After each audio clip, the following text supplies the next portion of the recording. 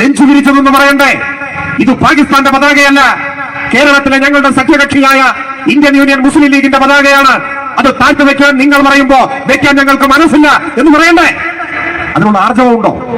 അതിന് പകരം പതാകയെല്ലാം മടക്കി പോക്കറ്റിൽ വെച്ച് കോൺഗ്രസ് ലീഗിന്റെ കയ്യിൽ ഒരു ബലൂൺ കൊടുത്തു, പച്ച ബലൂൺ. അത് ഊതിക്കോ എന്ന് പറഞ്ഞു. എന്നിട്ട് ബലൂൺ എടുത്ത് ഇങ്ങനെ ഊതുകയാണ് ലീഗിന്റെ നേതാക്കന്മാർ.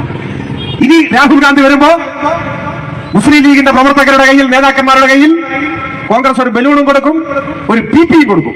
ബലൂൺ ഊതുക, PP വിളിക്കുക. ബലൂൺ ഊതുക. നാണോ മാനോണ്ടോ ഒരു രാഷ്ട്രീയ പാർട്ടി എന്ന് പറഞ്ഞിട്ട് ഈ രാജ്യത്ത് നടക്കാൻ? കൊടി മാറ്റിവെക്കാൻ പറഞ്ഞിരിക്കുകയാണ്.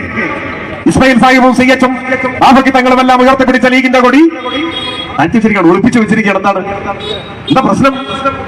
ലീഗ് കൊടിയെടുത്താൽ RSS പറയും പോലും ഇത് പാകിസ്ഥാന്റെ കൊടിയാണ്, കോൺഗ്രസും പാകിസ്ഥാന്റെ കൊടിയും ഒരുമിച്ചത്. നിങ്ങളുടെ വായിലെന്താ കോൺഗ്രസ് നേതാക്കന്മാരുടെ? ആ RSSന്റെ ദുരാരോപണത്തിന്റെ മുന്നിൽ നെഞ്ചുവിരിച്ചതെന്ന് പറയണ്ടേ? ഇത് പാകിസ്ഥാന്റെ പതാകയല്ല, കേരളത്തിലെ ഞങ്ങളുടെ സഖ്യകക്ഷിയായ ഇന്ത്യൻ യൂണിയൻ മുസ്ലിം ലീഗിന്റെ പതാകയാണ്. അത് താഴ്ത്തി വെക്കാൻ നിങ്ങൾ പറയുമ്പോ വെക്കാൻ ഞങ്ങൾക്ക് മനസ്സില്ല എന്ന് പറയണ്ടേ? അതിനുള്ള ആർജവമുണ്ടോ? അതിന് പകരം പതാകയെല്ലാം മടക്കി പോക്കറ്റിൽ വെച്ച് കോൺഗ്രസ് ലീഗിന്റെ കയ്യിൽ ഒരു ബലൂൺ കൊടുത്തു, പച്ച ബലൂൺ. അത് ഊതിക്കോ എന്ന് പറഞ്ഞു. എന്നിട്ട് ബലൂൺ എടുത്ത് ഇങ്ങനെ ഊതുകയാണ് ലീഗിന്റെ നേതാക്കന്മാർ. ഇനി രാഹുൽ ഗാന്ധി വരുമ്പോ മുസ്ലിം ലീഗിന്റെ പ്രവർത്തകരുടെ കയ്യിൽ, നേതാക്കന്മാരുടെ കയ്യിൽ കോൺഗ്രസ് ഒരു ബലൂണും കൊടുക്കും, ഒരു PP കൊടുക്കും. ബലൂൺ ഊതുക, PP വിളിക്കുക. ബലൂൺ ഊതുക. നാണോ മാനോണ്ടോ ഒരു രാഷ്ട്രീയ പാർട്ടി എന്ന് പറഞ്ഞിട്ട് ഈ രാജ്യത്ത് നടക്കാൻ?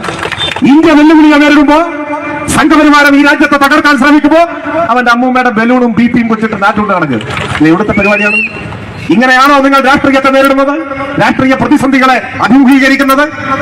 ഇത് നിങ്ങളുടെ ബലൂണിൽ തീരുന്ന പ്രശ്നമല്ല.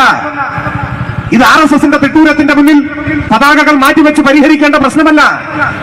ഇത് അണുവിട വിട്ടുവീഴ്ച കൂടാതെ സംഘപരിവാരത്തിന്റെ വർഗീയ ഫാസിസവുമായി ഏറ്റുമുട്ടി പൊരുതി യുദ്ധം ചെയ്ത് വിജയിക്കേണ്ട പരിതസ്ഥിതിയാണ് നമ്മുടെ രാജ്യത്ത് രൂപപ്പെട്ടു വന്നിട്ടുള്ളത്. അത് നിങ്ങൾക്ക് സാധിക്കുന്നില്ല. കോൺഗ്രസ് അങ്ങനെ അടിയോടെ BJP-യിലേക്ക് ഒഴുകി പോവുകയാണ്. അപ്പൊ ചിലർ പറയുന്നുണ്ട് കോൺഗ്രസിന്റെ നേതാക്കന്മാർ ഒറ്റയ്ക്കും കൂട്ടായും ഒക്കെ BJP-യിലേക്ക് പോകുന്നതിന് ഇനി ശമനമുണ്ടാവും, ഇനി അങ്ങനെ പോവില്ല. അപ്പൊ നമ്മൾ വലിയ പ്രതീക്ഷയാണോ എന്തോ പുതിയ സംഭവം? അല്ല, അങ്ങനെ പറയുന്നവർ ചൂണ്ടിക്കാണിക്കുന്നത് ഇനി അതിനു പകരം ശേഷിക്കുന്ന കോൺഗ്രസ് അങ്ങനെ തന്നെ BJP-യിൽ ലയിക്കാനാണ് സാധ്യത. അപ്പൊ പിന്നെ ഓരോരുത്തരായി പോകേണ്ട കാര്യമില്ല, പാർട്ടി തന്നെ ലയിച്ചേക്കും. ആ സാഹചര്യമാണ് നമ്മുടെ മുൻപിൽ നിൽക്കുന്നത്. ഞാൻ കൂടുതൽ ദീർഘമായി സംസാരിക്കണമെന്ന് കരുതുന്നില്ല, മറ്റൊരു യോഗത്തിലേക്ക് കൂടി പോകേണ്ടതുണ്ട്. പറഞ്ഞു വരുന്നത്, രാജ്യത്തിനെതിരായ ആക്രമണമാണ് RSS നടത്തുന്നത്. പൗരത്വ ഭേദഗതി നിയമം ഇപ്പൊ മുസ്ലിങ്ങൾക്കെതിരായിട്ടാണ് വന്നിട്ടുള്ളതെങ്കിലും നാളെ അത് മറ്റു ന്യൂനപക്ഷങ്ങൾക്കുമെതിരായി വരും. ആത്യന്തികമായി ഇന്ത്യയുടെ തന്നെ കെട്ടുറപ്പാണ് തകരുക. മതനിരപേക്ഷ റിപ്പബ്ലിക് എന്ന ലോകത്തിന്റെ മുന്നിൽ അഭിമാനത്തോടെ നിൽക്കാൻ ഇന്ത്യയെ പ്രാപ്തമാക്കുന്ന നമ്മുടെ ആധാരശിലയാണ് തകർക്കപ്പെടുക.